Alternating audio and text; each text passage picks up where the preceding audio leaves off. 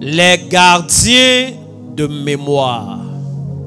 Il y a des esprits dont le rôle est de veiller à ce que la malédiction s'accomplisse dans la vie d'individus. Il y a des malédictions qui sont capables d'être transmises de génération en génération, sans saut de génération. De père en fils, de père en fille, de fille en mère. Il y a des gens qui sont nés, malheureusement, de mères porteuses de malédictions liées à leur famille, de pères porteurs de malédictions liées à sa famille. Donc quand il naît, il est héritier d'une double portion de malédiction, là où on cherche une double portion d'onction. Et ces choses-là rendent la vie difficile. Et les premières victimes de ce genre de malédiction sont les frères aînés, les fils aînés, les filles aînées. Les premiers nés ont des combats que les autres n'ont pas. Les premiers nés doivent affronter des entités que les autres n'affrontent pas. Il faut respecter ton grand frère. Même si tu as l'impression d'avoir réussi plus que lui, tu n'as pas été confronté aux mêmes démons, aux mêmes entités que lui. Les premiers-nés prennent certaines malédictions de plein fouet. Et si tu as un fils premier-né, il faut bien t'occuper de lui. Il faut bien t'occuper de lui spirituellement. Si tu es un premier-né, il faut bien t'occuper de toi-même. Je vous ai déjà dit que le diable ne fait que tricher ce que Dieu fait. Si vous lisez la Bible, vous allez vous rendre compte que Dieu a un amour particulier pour les premiers-nés. Il a toujours voulu que les premiers-nés lui soient consacrés. Et le diable, en profanant les manières de faire de Dieu, il ne change pas. Le diable a un amour exceptionnel pour les premiers-nés. Je veux dire, une haine viscérale à leur encontre. Satan n'a jamais aimé les premiers-nés. Les premiers-nés, même dans la Bible, leur vie ont été difficiles. Ils ont été dans des circonstances compliquées. Caïn est né avant Abel, sa vie a été compliquée. Ruben est né avant eux tous, il n'a hérité de rien. Jésus même premier-né, il est venu mourir pour nous, mais pourquoi toutes ces souffrances même avant la mort? Les premiers-nés ont un problème spirituel qu'il faut prendre très au sérieux. Je ferme la parenthèse. J'ai un long enseignement comme ça dessus. Peut-être un jour on va y revenir. Il faut dire amen. C'est pourquoi ton premier-né, il faut t'occuper de lui. Si toi-même tu es premier-né, il y a des prières particulières qu'on doit faire pour toi, spéciales. Tu ne peux pas vivre comme ça. C'est pas bon. Il y a donc des esprits dont le rôle est de garder le souvenir de ce qui nous condamne. Il y a un exemple que j'aime bien donner, c'est l'exemple de la femme là, comment elle s'appelle? La tueuse de prophètes là. Jézabel. La Bible dit que Jézabel, la maman de Athalia, Jézabel va un jour jurer. Elle dit que les dieux me traitent dans toute leur rigueur si je ne coupe pas la tête de Élie. Et elle n'a pas eu le temps d'exécuter cette imprécation, d'exécuter cette parole forte prononcée au nom de ses dieux. Et elle-même, elle a été tuée selon la parole du prophète. Mais plusieurs siècles après, il y a un homme qui va naître en Israël, dont le nom est Jean-Baptiste. La Bible dit, et Jésus même dit, ce Jean-Baptiste-là, en vérité, c'est le Élie qui doit venir. Mais quel a été le sort de ce Jean-Baptiste-là? La Bible dit, une femme, une Jézabel de son époque, pendant qu'elle dansait, elle va faire une demande. Je veux que la tête de Jean-Baptiste soit ôtée. La parole que Jézabel avait annoncée dans l'Ancien Testament est venue s'accomplir dans la vie du Élie du Nouveau Testament. Et effectivement, la tête de Jean-Baptiste a été ôtée et offerte sur un plateau à Hérodias, dans un palais semblable à celui de Akab et de Jézabel. Parce qu'il n'y a rien eu pour effacer de la mémoire du système, pour effacer de la mémoire du monde spirituel cette parole forte qui avait été prononcée. Et personne n'avait payé pour ça, vu que l'Élie contre qui la parole a été prononcée n'a pas connu une mort physique. Il a été enlevé, mais la malédiction est restée sur terre et cherchait quelqu'un qui pouvait porter cette malédiction pour la voir s'accomplir. Les veilleurs, les gardiens de mémoire veillaient sur cette parole. C'est vrai, elle ne s'est pas accomplie à telle génération, mais il faut forcément qu'elle soit accomplie parce que c'est une parole spirituelle, c'est une malédiction. La malédiction cherche des acteurs, des personnes dans la vie de qui elle va s'accomplir. Dis avec moi, je ne suis pas candidat à la malédiction. Ma vie n'est pas candidate à la malédiction. La vie de mes enfants n'est pas candidate à la malédiction. Mes entreprises ne sont pas candidates à la malédiction. Mes finances ne sont pas candidates à la malédiction. Mon ministère n'est pas candidat à la malédiction. Je ne suis pas candidat à la malédiction. Peu importe les malédictions qui ont été prononcées hier, peu importe les esprits qui y veillent, peu importe les gardiens de ces paroles, je déclare que tu n'es pas candidat à ces choses-là. Aucune ancienne malédiction, quelle que soit la génération d'où elle date, elle ne s'accomplira pas dans ta vie au nom de Jésus. Et si elle avait commencé ses manifestations, je mets fin à son règne en ce soir même au nom de Jésus. Et c'est ça. La Bible nous dit dans Genèse 9, le verset 16, l'arc sera dans la nuit et je le regarderai pour me souvenir de l'alliance perpétuelle entre Dieu et tous les êtres vivants et toute chair qui est sur la terre. Il faut dire Amen. Lévitique 2, verset 9.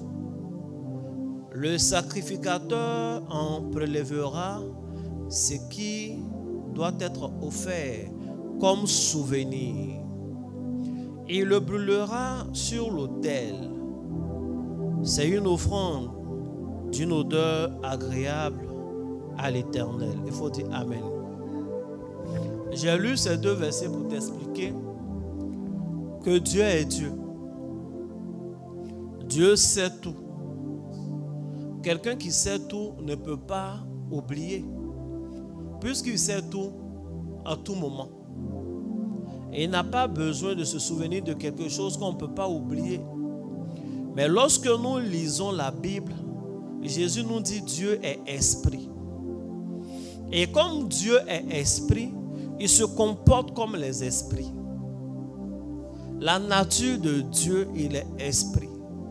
Donc, il se comporte comme les esprits. Et tout ce qui est esprit a besoin de certains éléments qui ne sont pas de nature purement spirituelle, afin de se souvenir de ce qui se passe dans la dimension matérielle. Il faut dire Amen. Comme il y a duré au village, souvent mes exemples qui me viennent dans la tête sont toujours du village. Vous savez, quand tu vas à la chasse au village la nuit, tu as une torche, tu te promènes dans la brousse. C'est vraiment ta brousse, souvent c'est ta forêt même. Mais on ne sait jamais. Pour ne pas se perdre, qu'est-ce qu'on fait? On demande de marquer certains arbres. Souvent tu enlèves un peu, une petite partie de l'écorce, d'autres attachent un tissu, mais en fait tu marques les arbres là pour te souvenir du chemin parcouru. afin que tu ne tournes pas en rond dans la brousse, tu vas te perdre pour rien. Il faut dire Amen. Et cette façon de faire fait que souvent, la torche même devient faible, les piles sont faibles, tu ne vois pas bien clair. Mais en regardant les parties de l'écorce que tu as laissées sur le chemin, tu ne te perds pas. Tu peux retrouver le chemin pour repartir au campement. Amen. Parce que l'homme, son milieu naturel n'est pas la forêt. Donc quand l'homme est dans la forêt, l'homme doit créer des éléments pour lui permettre de se repérer dans ce milieu-là. L'homme vit en société. Les esprits sont spirituels. Donc pour des alliances ou des souvenirs, des choses de notre vie matérielle, ils utilisent des choses matérielles comme éléments de souvenir. L'un des premiers gardiens de la malédiction sont des signes. Dans le premier verset que nous avons lu, la Bible dit que Dieu a fait de sorte qu'un arc-en-ciel apparaisse. C'est quand Noé était sorti de l'eau. Et Dieu a dit, il va regarder l'arc-en-ciel et il va se souvenir de l'alliance entre lui et tous les êtres humains. C'est ce qu'il dit, tous les êtres vivants. Et il dit que l'homme, son cœur est tortueux dès le commencement. L'homme est mauvais. Si je veux regarder au péché de l'homme, en permanence, ils auront le sort de, comme on appelle, du déluge. Mais chaque fois qu'ils seront en train de pécher, comme j'ai juré en mon propre nom de ne pas détruire l'humanité à cause de ses péchés, je vais regarder l'arc-en-ciel et je veux me souvenir de cette alliance-là. Donc l'arc-en-ciel est un signe d'alliance entre Dieu et les hommes qui fait que Dieu décide de ne pas les punir systématiquement à cause de ce qu'ils font. C'est la raison pour laquelle il y a certaines personnes qui ont choisi de vivre des dépravations terribles, qui ont choisi de vivre une vie où l'homme va avec l'homme, la femme va avec la femme, qui ont choisi de se désigner par des lettres de l'alphabet. Et comme si ça ne suffisait pas, on met un plus maintenant à la fin. Je sais que d'ici 2 ans, le plus va devenir multiplié. Parce que le plus ne suffit pas. Ou ils vont mettre des parenthèses de facteurs. Ceux-là, leur symbole, c'est l'arc-en-ciel. Et ils ont choisi cela pour rappeler à Dieu que tu as dit, tu ne vas plus regarder au péché de l'homme pour le tuer. C'est ce qui fait qu'il y a des gens qui sont choqués. Oh, Dieu n'existe pas. Si Dieu existait, ceux-là, avec leur façon de vivre, et puis leurs pays sont développés. Dieu est un Dieu qui respecte sa part d'alliance. Et pour faire exprès, il porte, c'est leur drapeau même. Il monte un genre d'arc-en-ciel là, pour dire à Dieu, tu dis que tu vas regarder l'arc-en-ciel et tu vas te souvenir de l'alliance que tu as faite avec tous les êtres vivants. Nous sommes vivants. C'est ce qui fait que Dieu use de clémence. Ceux-là, ils sont spirituels, ils savent ce qu'ils font. Ils savent ce qu'ils font. Et ce qu'ils font là, ils savent que la colère de Dieu existe. Et ils se mettent comme dans un genre d'accord. Ils rappellent les accords de Noé à Dieu. C'est comme ça. Donc, il ne faut pas les envier. Et puis, il ne faut pas leur souhaiter du mal. Tu leur souhaites du mal, tu souhaites pour rien. Il faut dire Amen. Il faut leur souhaiter du bien. Il faut leur annoncer l'évangile. C'est tout. Dieu même va prendre sa parole pour faire ce qu'il veut dans le cœur de ces personnes. Le deuxième verset, la Bible dit, il faut, on le voit dans Exode, dans Lévitique, dans Deutéronome, ça se répète. Pour que Dieu se souvienne de son peuple, il demande à ce que des autels soient bâtis et que sur ces autels, il y ait des sacrifices qu'on offre. Sur ces autels, il y ait des libations qu'on fait. Sur ces autels, qu'on y verse la poudre de farine. En tout cas, qu'il y ait des rituels. Il aura cela comme élément de souvenir de son alliance avec le peuple. La deuxième chose, comme gardien de mémoire des choses spirituelles de façon générale, ce sont les autels. Et puisque nous parlons de malédiction aujourd'hui, La deuxième chose qu'on peut appeler gardien de mémoire, veilleur sur la malédiction, ce sont les autels. Il y a des familles où jusqu'à aujourd'hui, des autels sataniques sont dressés. Il y a des familles où jusqu'à aujourd'hui, quand vous partez dans la cour familiale, il y a des choses qui sont enterrées. Il y a un petit truc qu'on a fait là, il y a des arbres, des fleurs, mais au milieu, il y a quelque chose qui est enterré.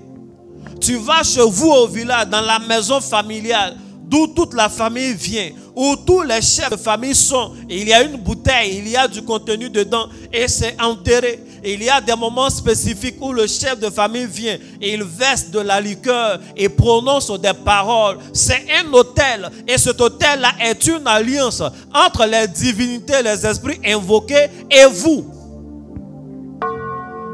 Et dès l'instant que tu es porteur de leur sang, pour eux, tu es déjà candidat à la malédiction sur laquelle ils doivent veiller. Les autels sont un formidable souvenir des alliances spirituelles. Il y a des familles où tu ne verras pas quelque chose d'extraordinaire. Souvent, c'est un petit morceau de tissu, personne ne sait. C'est un tissu de quoi? C'est attaché quelque part à l'angle de la maison. Seuls les anciens connaissent l'histoire de la chose. Mais c'est un autel. Jusqu'à aujourd'hui, il y a des personnes qui sont originaires de villages ou de familles où il y a un caillou que personne ne doit prendre son pied pour toucher. Il y a des jours spéciaux où on doit venir verser un peu d'huile rouge, on doit mettre à côté un peu d'igname, etc. pour adorer au nom de tous les ressortissants du village, comme une alliance. Il y a des gens, c'est des arbres centenaires qui sont les autels de leur famille. Les autels sont un moyen de souvenir.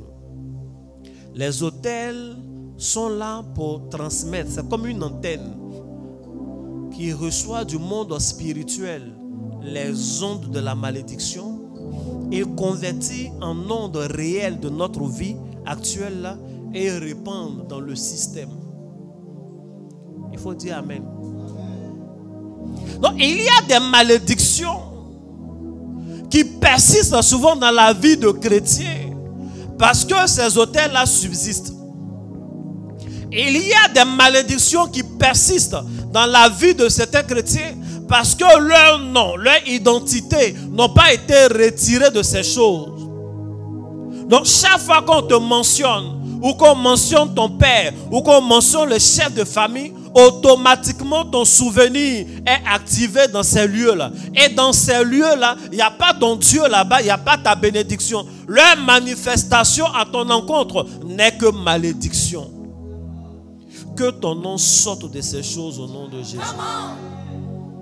Que ton nom sorte de ces autels au nom de Jésus. Que ton nom sorte de ces autels au nom de Jésus. On va aller vite puisque la solution de tout ça, c'est la prière et beaucoup de connaissances. On ne renverse pas tous les autels de la même façon. Il faut connaître l'histoire de l'autel, il faut prier. Dans la vie spirituelle, il y a le pouvoir, il y a la puissance, mais il y a la législation aussi. Il faut connaître les règles des choses, comment ça se passe. Il y a des gens qui ont déterré les autels. Ça a créé des problèmes à toute la famille. Souvent même celui qui a déterré, il meurt. Il y a des gens qui sont allés abattre des arbres. Et ils ont eu tous les problèmes du monde. Ils ont eu tous les problèmes du monde. Il y a des gens qui sont allés faire des évangélisations dans les villages, ils ont abattu l'arbre. Depuis ils ont abattu l'arbre, il ne pleut plus là-bas. Mais tu ne peux pas abattre l'arbre là comme ça. Il y a des choses à faire. Il y a de la connaissance à exploiter. De la connaissance biblique, hein, s'il vous plaît. Biblique. Et on ne peut pas renverser un autel sans en bâtir un autre. Si les autels de ta famille continuent de parler contre toi, c'est parce que entre ces autels-là et toi, il n'y a pas un autre autel qui parle plus fort. Un autel particulier, un autel personnel. Tu n'as pas ta portion d'autel. Et tu ne fais pas attention, tu vas transmettre les mêmes choses-là à tes enfants. Et ils vont transmettre à leurs enfants. Et vous voyez au fur et à mesure que la vie devient moderne, on s'éloigne de ce qui s'est passé au village, de nos familles. Donc les enfants là, ils n'en sauront rien. Ils n'en sauront rien. Toi au moins tu sais un peu. Quand on dit lien de famille, tu sais à peu près de quoi on parle. Et eux, dans 10 ans, dans 20 ans, ils vont se débattre dans la vie. Et au lieu de voir la famille aller de gloire en gloire, ta famille tourne en rond. Ta famille tourne en rond. Ce n'est pas une bonne chose. Que Dieu renverse les mauvais autels au nom de Jésus. Que Dieu fasse de toi bâtisseur de bons autels au nom de Jésus.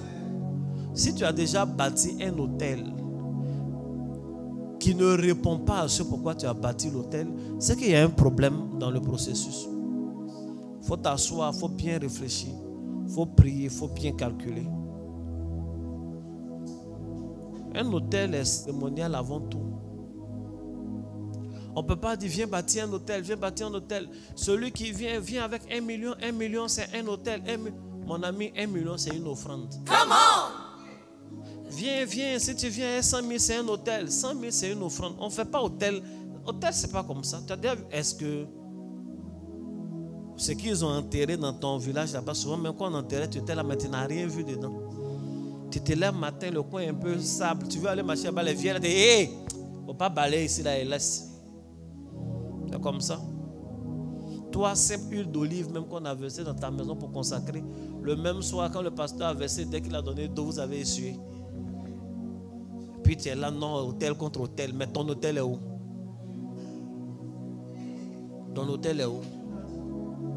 Et quand c'est comme ça, les gens disent, attends, mais non, il veut dire quoi? Que ceux-là, les fétichistes là, sont plus puissants que Jésus.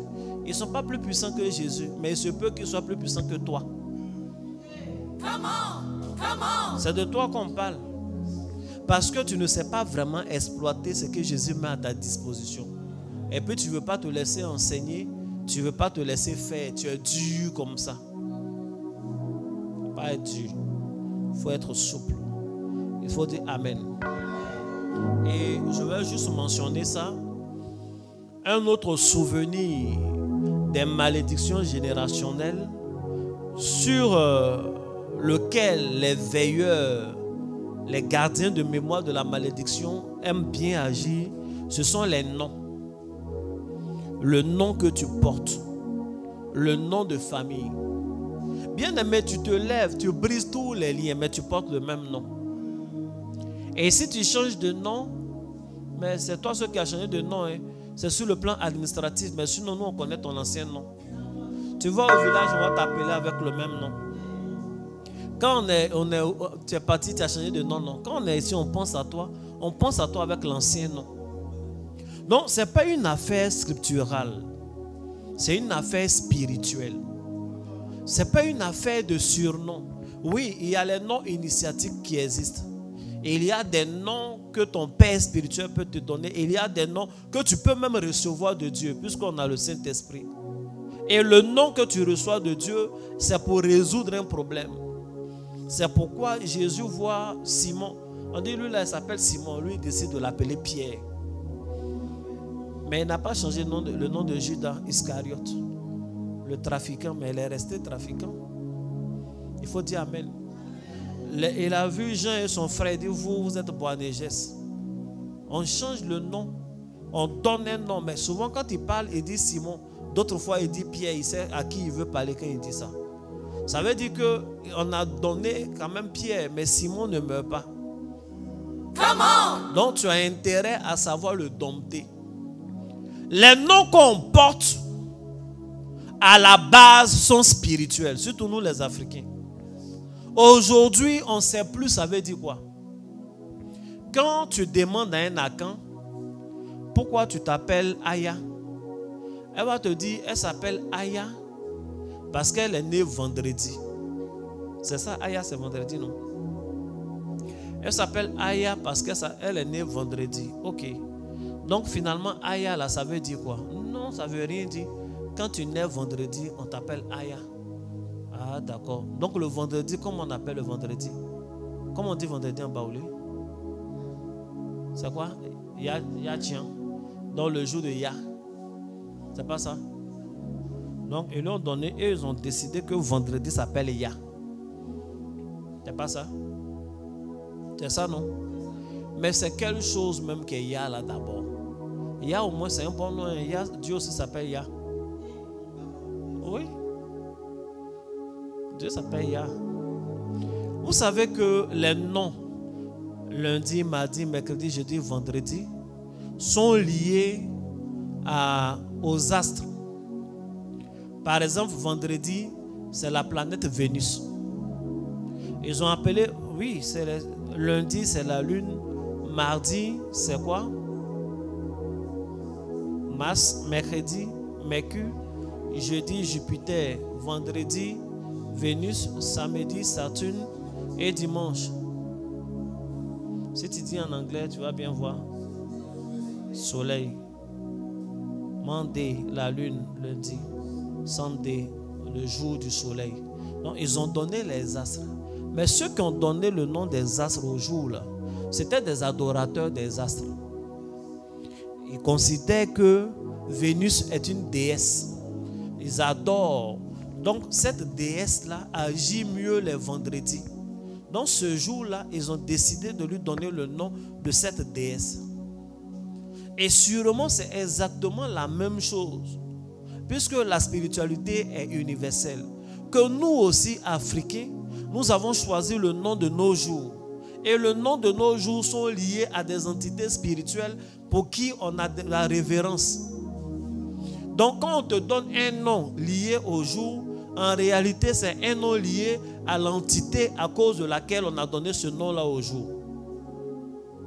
Donc si on te donne un nom, je reste toujours dans le côté moderne, qui est lié à vendredi, qui veut dire vendredi, en fait on vient de te dire que ton nom c'est Vénus. Or Vénus, c'est eux ils adoraient. Donc il y a là, moi je ne sais pas. Mais quand tu vas demander aux vrais anciens, quand tu vas fouiller les historiens, nos historiens aussi ne nous parlent pas bien, tu vas voir que c'est forcément lié à un aspect spirituel. Parce que c'est la spiritualité même qui impose la culture. Maintenant aujourd'hui on est en 2024. On ne sait pas si Ya est bon. On ne sait pas si Kona est bon. Mais c'est nos noms. On ne peut pas régner nos noms.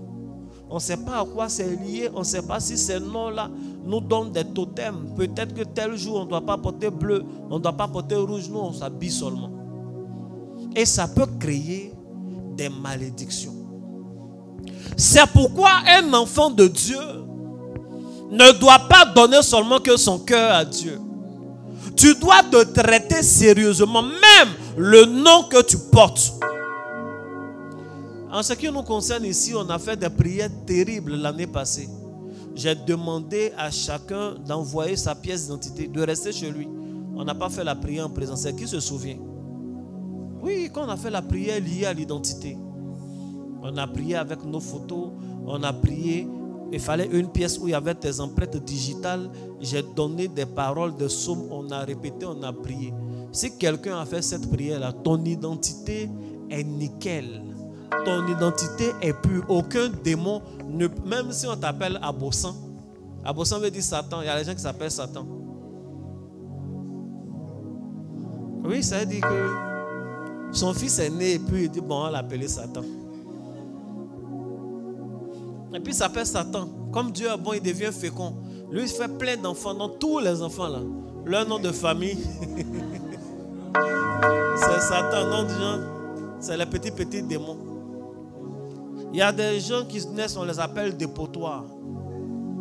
Il y a une histoire liée à chaque chose. Il y a des gens qu'on appelle rejetez-le. Les Bibles disent Beiblo. Voilà. On a qu'à le jeter. On a mis. Et c'est culturel, mais c'est lié à des histoires spirituelles. Il y a des gens qui s'appellent Mbumba. Dieu seul sait ce que ça veut dire. Il faut dire Amen. Donc il est important qu'en plus d'avoir donné ton cœur à Jésus, tu es sauvé. Tu vis avec une identité. Les noms des gens qui ont les noms de fleuves, qui ont des noms de montagnes, des noms de choses qu'on ignore. Il y a des prières qu'on doit faire. Mais je déclare ce jour pendant que tu es connecté.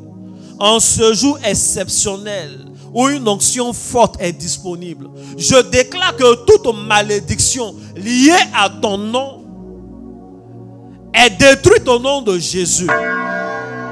Toute malédiction liée à ton nom de famille, liée à ton prénom traditionnel, liée à ton prénom moderne, liée à un surnom qu'on t'a donné, toutes ces formes de malédiction, par la puissance du nom de Jésus, en ce jour, sont effacées au nom de Jésus. Ces malédictions sont effacées au nom de Jésus.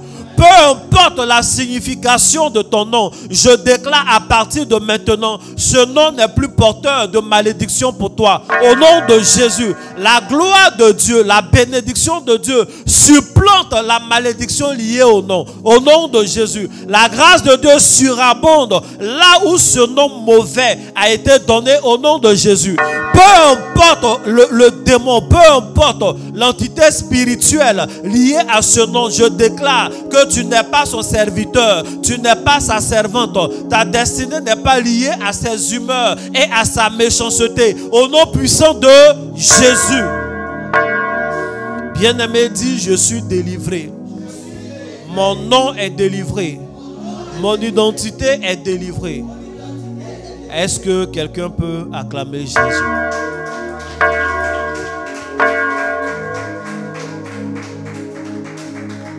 Amen. Avec tout ce qu'on vient de dire, est-ce que tu vas manquer la prière de demain? Si tu manques, ce n'est pas bon. Il faut être là. Il y a la partie proclamation et puis il y a des actes. Si le spirituel même a besoin d'éléments matériels pour se souvenir, nous aussi on a besoin d'éléments matériels pour effacer les mauvaises mémoires et bâtir une nouvelle mémoire.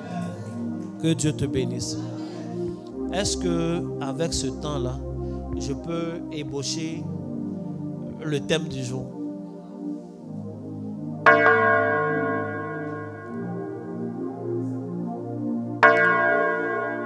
Come on, ça fait combien de temps que je parle? 46 minutes. Bien-aimés, venez déposer les sacs de riz et des trucs ici. Même du thé, souvent, des choses qui peuvent donner un peu de force. Prier la nuit, descendre, parler 45 minutes encore. Que Dieu vous bénisse. Voilà. Même ceux qui sont derrière la caméra, souvent ils te filment, ils regardent son visage. Il n'est pas en colère, mais souvent il a faim. La rupture n'a pas été solide. Pas par modération, hein. Parce que bon, c'est ce qui est là. Que Dieu vous bénisse abondamment. Je veux parler pendant 5 minutes, 5 à 10 minutes. Et puis on va prier. Pour tous ceux qui ne sont pas encore abonnés à notre chaîne YouTube, abonnez-vous à la chaîne. Le nom de la chaîne c'est Révérend l'Ange Emmanuel Kwa. Si vous tapez, vous allez voir. La partie, ce que je vais vous expliquer aujourd'hui est expliqué très explicitement dans 2 séries d'enseignements que vous allez trouver sur YouTube qu'on appelle le monde des sorciers. C'est une petite part dont je vais parler aujourd'hui. Je veux parler de la sorcellerie domestique. La sorcellerie domestique, c'est quoi? Ne vous laissez pas tromper par le joli nom domestique. Pour dire, ah, ça c'est une sorcellerie qui n'est pas trop sauvage. Non, c'est sauvage quand même. Mais j'ai appelé cela la sorcellerie domestique. C'est cette sorcellerie dont la pratique est dans notre sillage. Ce n'est pas un esprit de sorcellerie, un démon caché dans un arbre ou dans une eau quelque part qui de temps en temps s'attaque à nos vies. Il y a cette forme de sorcellerie qui est pratiquée par des gens qui sont initiés à la sorcellerie. Et les sorciers, souvent c'est un frère, une soeur, un camarade, un collègue qui est là, qui est sorcier. Il a des pouvoirs que tu n'as pas. Il voit dans le spirituel, tu ne vois pas. Et il est sorcier. Dès l'instant qu'il est sorcier, il est automatiquement ton ennemi. La première victime de l'esprit de sorcellerie, ce sont les sorciers eux-mêmes. En fait, les sorciers pensent qu'ils détiennent un pouvoir qu'on appelle l'esprit de la sorcellerie avec laquelle ils agissent. Alors qu'en réalité, c'est l'esprit de la sorcellerie qui les détient et ils les utilisent pour gâter leur famille. Donc la première victime de la sorcellerie, c'est le sorcier lui-même. Il est un instrument entre les mains d'un démon pour gâter sa famille, pour gâter son village. Et le premier ennemi du développement, c'est la sorcellerie. Parce que quand les gens essaient de moderniser nos villages qu'on aime tant, c'est les sorciers là qui les attaquent. Le gars qui a voulu mettre le bitume dans ton village, les sorciers l'ont tué. Le gars qui a voulu construire une belle école, faire une piscine, on dit, ah bon, celui-là, ils l'ont tué. Le gars qui a estimé que la famille, le village dépense trop, de prendre une ambulance, aller jusque dans la sous-préfecture au loin, dans le malheur encore, pour mettre le corps de leurs parents à la morgue, à des prix de la vie qui coûtent cher. Il a voulu aider, il a construit une morgue. Le premier corps qu'ils ont mis dans la morgue, c'est lui-même. Les sorciers l'ont tué. Ah bon, comme c'est doux, on va te mettre là-bas. Ils ont des philosophies, ils ont des réflexions bizarres. Et puis, ils sont assis là maintenant, ils continuent d'aller loin pour aller mettre le corps de leurs parents et de dépenser tout l'argent de cacao de l'année pour un corps qu'ils vont les retirer. Alors que l'autre voulait faire une morgue là. Une morgue. La mort fait partie de la vie. Mais il a vu que quand vous êtes sorcier, vous tuez beaucoup. Il va aider les gens à minimiser les dépenses. Le gars qui voulait faire là encore, vous l'avez tué. Donc le premier ennemi, souvent quand il y a des funérailles, et puis vous voyez un sorcier, un vrai sorcier avéré et tout ça, il pleure, il se jette. Les gens disent voilà, un hypocrite comme ça, il a fini de tuer la personne là maintenant, il va faire comme s'il regrette. Souvent il regrette vraiment. Il peut regretter vraiment. Parce que les démons sont comme ça. Quand les démons te poussent à faire du mal, au moment de la conséquence du mal là, il quitte dans tes yeux. Pour que tu vives bien la conséquence de la chose. Sinon, comment tu vas souffrir? Donc, le jour des funérailles, l'esprit de sorcellerie va en arrière et puis il te laisse, regarde ce que tu as fait de bon. Donc, ça lui fait mal, il regarde, il pleure, mais il n'y peut rien parce qu'il est détenu par la sorcellerie. Il pense qu'il a un pouvoir. Pourquoi ton pouvoir, tu fais que du mal? Parce que l'esprit qui te le donne est un esprit du mal. Donc, la sorcellerie domestique. La sorcellerie domestique, la personne n'a pas besoin d'être de ta famille pour te faire du mal. Les gens qui disent, si quelqu'un n'est pas de ta famille, il ne peut pas te faire du mal. C'est comme s'ils disaient, si un voleur n'est pas de ta famille, un braqueur n'est pas de ta famille, il ne peut pas te braquer. Et ne sais pas d'où ce truc-là vient. Les sorciers qui sont en train de te créer des problèmes dans ton emploi, au travail là-bas, là, ils ne sont pas de ta famille, ils ne sont même pas du même groupe ethnique. Souvent, la petite que tu as pris pour venir travailler, qui ouvre la porte à toute sorcellerie du village, est-ce que c'est ton parent? C'est pas ton parent. Mais elle est là, elle joue le rôle d'ambassadeur. Elle donne les sons. Souvent, l'autre veut quitter au village pour venir faire, dit non, laisse ça, moi, il gère. Puis il gère. Chaque fois que tu as un peu d'argent, les enfants sont anémiés. Subitement, ton argent va payer un médicament de fer. Tout ce que tu fais, il savent.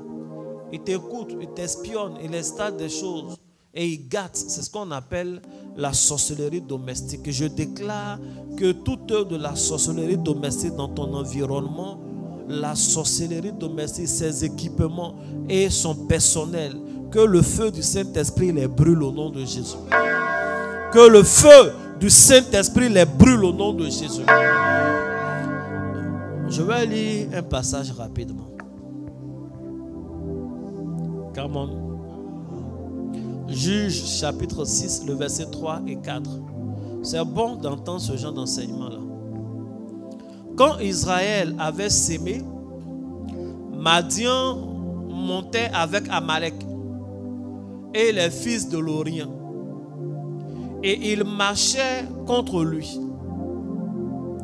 Et ils campaient en face de lui, détruisaient les productions du pays jusque vers Gaza, même Gaza là, et ne laissaient en Israël ni vivre, ni brebis, ni bœufs, ni ânes.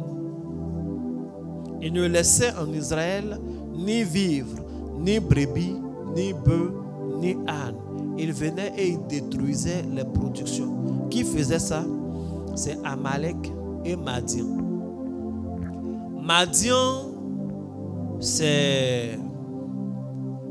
Elle vient de Ketura. Vous vous rappelez de Ketura? Ketura, c'est l'une, on entend? C'est l'une des concubines d'Abraham. C'est de cette union-là, de leur descendance, que Madian vient. Or, à Abraham, quand il est devenu vieux, où il devait mourir, il a distribué tous les biens. Et la Bible dit qu'il donna tout à Isaac. Il a donné toute la bénédiction à Isaac. Donc, la descendance d'Isaac va donner Israël. Et c'est l'autre, les enfants de Ketura vont donner Madian. Donc depuis longtemps, ils se disent que Israël a volé leur bénédiction. Or, c'est leur propre papa, à cause de la nourriture, qui a vendu son droit d'aînesse. Ça, c'est après. Mais depuis Abraham. Amalek, c'est qui? Amalek vient d'Ésaü. Amen. Amalek, c'est le petit-fils d'Ésaü. Ésaü n'a pas eu la bénédiction, contrairement à Jacob. Donc, les descendants d'Amalek estiment qu'Israël a pris leur bénédiction. Donc, c'est de Ketura et d'Ésaü. Les deux là, les Madianites et les Amalécites, sont les descendants.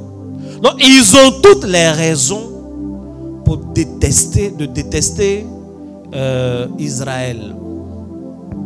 Et comment ils vont faire? Le mot même Madien veut dire dispute, querelle. Il aime palabre. Amalek veut dire qu'il vit dans les vallées ou contestation. Donc c'est des gens de guerre. C'est des gens de destruction. Et ils sont voisins à Israël. Ils ne sont pas loin. Souvent même, ils viennent faire le marché en Israël et ils voient. De temps en temps, ils se promènent dans les environs et ils voient quand les Israélites commencent à enlever les herbes. Et ils voient quand les Israélites commencent à s'aimer. Et ils voient quand les Israélites essaient d'arroser. Et ils voient quand ça pousse. Et ils voient quand ils combattent les nuisibles. Et ils voient quand ça commence à produire. Mais au temps de la récolte, Amalek et Madian se donnent main dans la main. Et ils viennent avec des troupeaux pour détruire toute la production d'Israël. Et la Bible dit qu'il ne laissait ni âne, ni brebis, ni bœuf, ni rien. Donc leur rôle, c'est de détruire la production et de s'aimer la pauvreté. Ils viennent, ils détruisent les ânes. Les ânes sont le symbole des tracteurs ou des véhicules. Le rôle de la sorcellerie, c'est de multiplier aussi les pannes de ta voiture. Tu vois ça en amusement. Non, le mécanicien n'est pas fort. Mais souvent, le mécanicien branche ici, le sorcier vient débrancher ici. Lui, il va faire comment? Il va faire comment? Tu cotises l'argent, tu prends un truc nouveau, ça se gâte. Tu es dans la maison, les choses ne font que se gâter. Aujourd'hui, le plombier doit venir. Demain, un électricien doit venir. Une autre fois, c'est comme si tu as fini de reconstruire la maison une seconde fois. Un maçon va venir, le mur coule, ici est comme ça, les vitres se cassent, les choses se cassent. C'est le rôle de la sorcellerie domestique. Quand il y a un sorcier domestique autour de toi, il gâte. Parce qu'il a l'information en temps réel. Il veut gâter ton ânesse, ton âne. Il est là, il sait que tu as passé le concours de gendarmerie. Il est informé que la première étape a marché, tu n'es pas encore gendarme. La seconde étape a marché, tu n'es pas encore gendarme. Et une dernière étape qui est vraiment, c'est vraiment, comment on appelle? Voilà, c'est simple, c'est rien. C'est là Amalécite vient pour gâter la production. C'est là on se souvient bizarrement, on fait sortir nos papiers pour dire non, on s'était trompé sur la visite médicale. Tu es asthmatique, toi-même tu es étonné. Tu peux respirer lacrymogène comme ça, tu ne fais aucune crise. On dit tu es asthmatique quand même. Nous, on a vu les résultats. Donc, le rôle de la sorcellerie, c'est de se manifester de cette façon pour maintenir la famille dans la pauvreté. Quand ton agent sert seulement qu'à régler les problèmes, comment tu vas économiser et comment tu vas investir? La sorcellerie domestique, si on ne traite pas sérieusement, finit par te décourager. Parce que quand tout ce que tu fais commence bien, à la dernière minute ça se gâte. Souvent même tu es étonné. Il y a des gens, leur passeport est sorti avec le visa. C'est le jour du voyage, ils ne voient pas le passeport. Le jour, non, tu n'as même pas le temps de faire quelconque démarche. Il y a des gens qui sont forts. Ils ont joué tous les comités au quartier, à l'école. C'est le jour où ils ont un match important. On dit aujourd'hui, un recruteur va quitter à l'étranger pour voir comment vous jouez. C'est ce jour-là, il se blesse. Souvent même à l'entraînement, sa cheville se déplace. Quand le recruteur s'en va, le pied est guéri. Quand on dit il revient, le pied se gâte.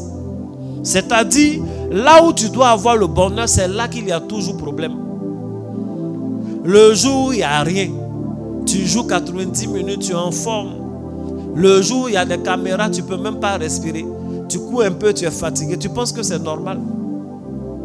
Tu penses que c'est normal?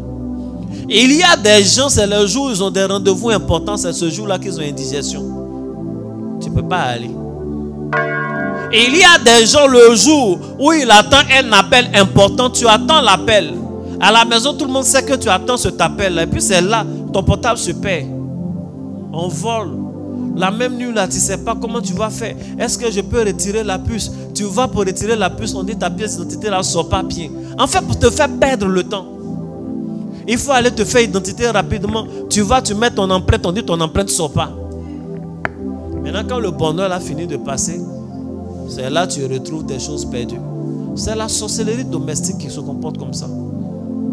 C'est la sorcellerie domestique qui se comporte comme ça. Et il y a des gens qui avaient des rendez-vous importants. Tu as bu 20 tonnes de café, 50 litres de thé, et puis tu dors quand même pour rater le rendez-vous.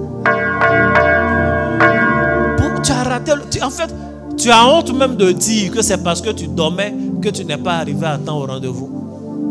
Et le gars est venu, ils ont soufflé un vent là, chanté une berceuse de sorcière. Tu as dormi. Des petits trucs comme ça. Des petits trucs. Tous les jours quand tu as rendez-vous, c'est là, comment on appelle, la période de menstruation change un coup. C'est-à-dire, tes trucs sont venus le 24. Tu as un rendez-vous important, je ne sais pas, 5 à 6 jours après. C'était fini, non? Ça vient encore quand même. Et puis quand ça vient avec des douleurs, tu ne peux même pas bouger. Tu ne comprends plus rien dans ton cycle. Mais moi, mon cycle là, quoi même? C'est le jour où l'homme de Dieu a prié pour toi. Ma fille, ça va, tu es bénie. Dans une semaine, ça ira. Hein? Comme tes menstrues viennent de finir, dans une semaine, il faut dire à ton mari, viens faire mon cher. Dans une semaine, voilà, ça vient. Toi-même, tu ne crois pas. Puis quand ça vient, ça fait une semaine avant que ton mari ne retourne en voyage. Le jour où tu l'accompagnes, quand tu l'accompagnes à l'aéroport, il monte dans l'avion, au retour, c'est fini. C'est la sorcellerie domestique. Les petits trucs comme ça n'attribuent pas au hasard. Mais je déclare en ce jour que toute manipulation de la sorcellerie domestique, que toute puissance qui détruit tes productions, que toute puissance qui détruit tes brebis, qui détruit tes ânes, qui détruit tes biens, je déclare que cette puissance s'éloigne de ta vie au nom de Jésus. Que toute puissance qui détruit tes connexions, que cette puissance s'éloigne au nom de Jésus. Que toute puissance qui retarde tes rendez-vous importants, que ce démon, que cette sorcellerie domestique s'éloigne de ta vie au nom de Jésus. Que tout sorcier dont le mandat est de te maintenir dans la pauvreté, est de te maintenir au même poste, au même niveau, je déclare à partir de maintenant que le vent du Saint-Esprit l'emporte, que le vent de l'Est l'emporte, que le vent de l'Est l'emporte, au nom de Jésus. Je prie en ce jour que tout micro, que tout système d'écoute, tout système d'espionnage installé par la sorcellerie dans ton bureau, installé par la sorcellerie dans ton véhicule, installé par la sorcellerie dans ton église, installé par la sorcellerie dans ta maison, même dans ta douche, je déclare que tout ce système-là est détruit au nom de Jésus. Que toute puissance satanique, toute puissance d'espionnage installée sur ta boîte mail, installée sur ton ordinateur, je déclare que ce système-là est désamorcé, est détruit au nom de Jésus. Ce système-là est désinstallé au nom de Jésus. Bien-aimé, prends ton téléphone comme ça. Prends ton téléphone comme j'ai pris pour moi. Je déclare à l'instant. Est-ce que tu as pris ton téléphone? Même si tu suis la prière depuis ton téléphone, attrape et écoute la prière. Je déclare à l'instant que tout système de la sorcellerie domestique installé dans tes téléphones, qui leur permet d'écouter tout ce qu'on te dit, qui leur permet de lire tout ce qu'on te dit, qui permet de lire tes mails, de lire tes messages WhatsApp, de lire tes messages directs, d'écouter tout ce qu'on t'envoie comme note vocale, d'écouter toutes tes conversations, ce qu'on te dit et ce qu'on dit. Je déclare que ce système-là est détruit de ton téléphone au nom de Jésus. Ce système rattaché à ton numéro est détruit au nom de Jésus. Ce système attaché à ton mail est détruit au nom de Jésus. Ce système rattaché à tout autre appareil que tu utilises et que tu utiliseras est détruit au nom de Jésus. Les logiciels de la sorcellerie sont désinstallés au nom de Jésus. Est-ce que tu peux dire Amen 3 fois? Bien-aimés, nous sommes exaucés au nom de Jésus-Christ de Nazareth. Est-ce que tu peux bien acclamer Jésus?